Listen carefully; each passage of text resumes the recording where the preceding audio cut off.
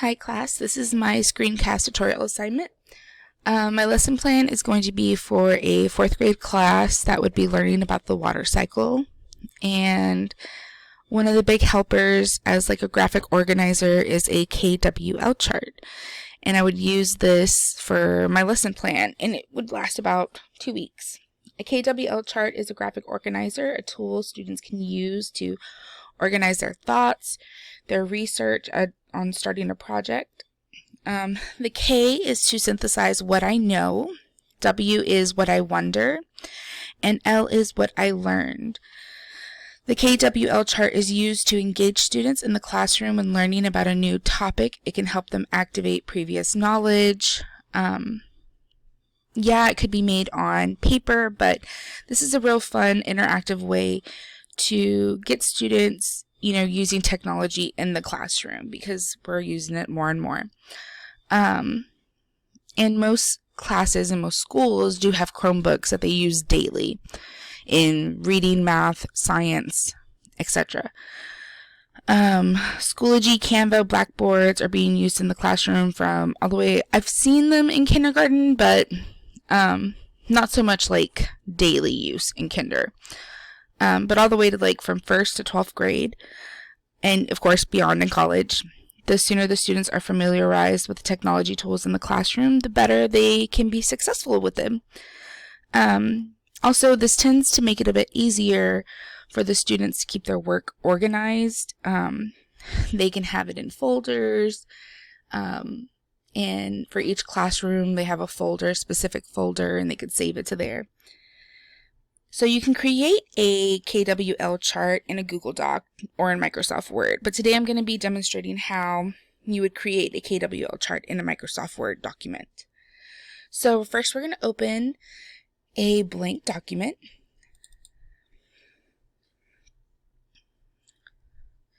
And I want to make sure my spacing is single. It tends to work a little bit better how I'm going to space it out.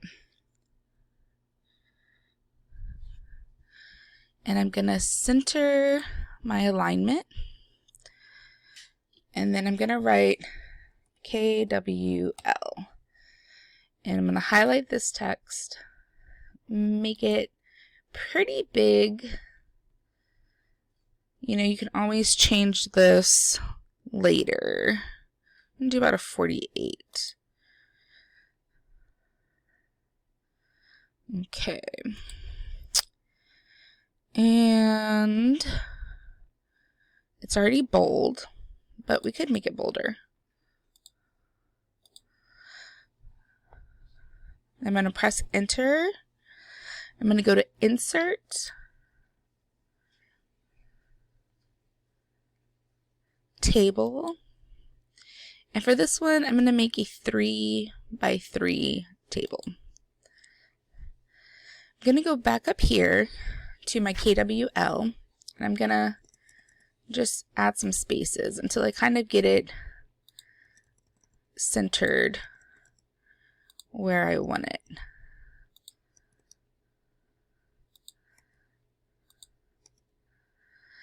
Now I could make it a little bit bigger if I want. I think we'll check it out. We'll see. Just go back. Undo that.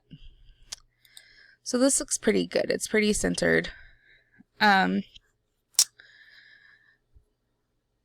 can go back, you can tweak it however you want. It's an easy way to help students organize their stuff. So what I'm going to do is I'm going to start off. This would be my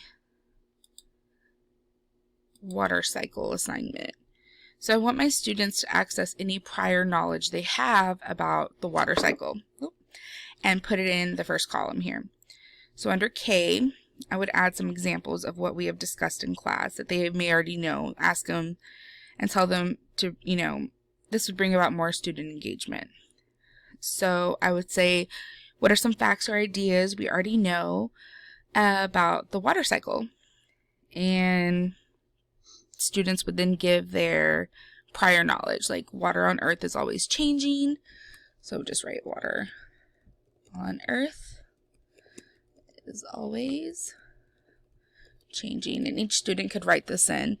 I think this is a good assignment to do together in class, especially because fourth grade, their typing skills are pretty good, so it wouldn't really take them that long.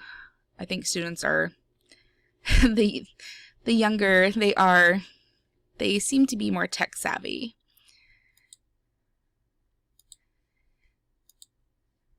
So I'm just changing the font, not the font, the text size. And just adding some facts.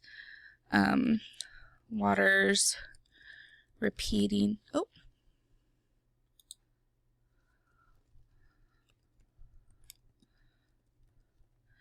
Repeating changes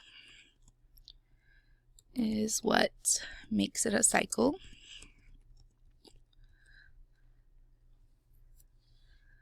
And then we can go to like the W, and you could ask like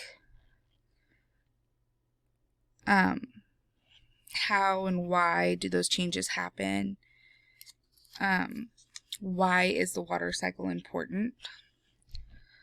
And this could be things that they're wondering. Just ask them questions like, so what do you want to know about the water cycle?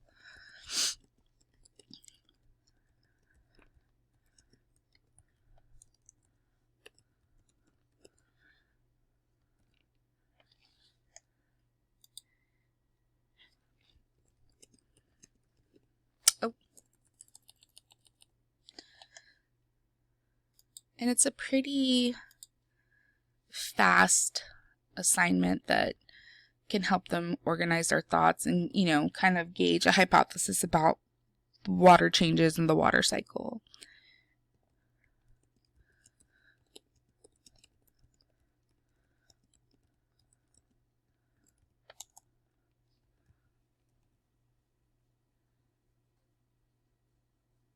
Oh, I already did that. How and why do the changes happen? And then our last column, our learning column. This is our, what I learned. And this you would do after you have kind of reviewed, researched, gone over with the class, what y'all learned. So you would just put like the facts and things that y'all learned. And this could also be a good, like, was my hypothesis right? Was it wrong? Was I on the right track? So I'll just put some examples. If heat is added to water, it evaporates. And then you can do here. Evaporation turns liquid water into a gas.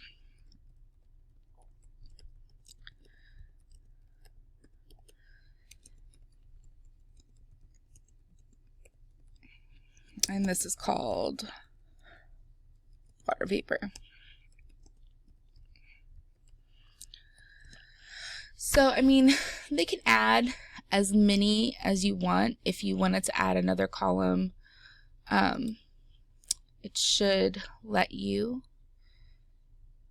You could add another row. You could insert it above, below. So say I want to add another row, I can add another row. If I need more space, you're just gonna click in between the line right here, and you can elongate it, shorten it, whatever you want. So, it's a pretty simple assignment. I would always make sure the students are saving the document in the correct folder. If it's going to be submitted for a grade, remind them to have their name. You can enter this down, go back up, and left alignment, and put their name in.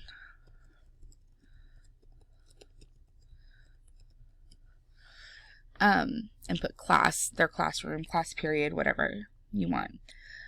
And one of the best ways is to save it halfway in between them working on it, just in case something happens. You know, I've done that several times where I accidentally press a button and I have no idea what it did with my work. I'm like freaking out. So this will kind of help avoid disaster with the kids, especially kids that get, you know, overworked when something that they've been working on for a little bit goes away. So, but thank you. This was my screencast assignment, and I had a lot of fun doing it. Bye.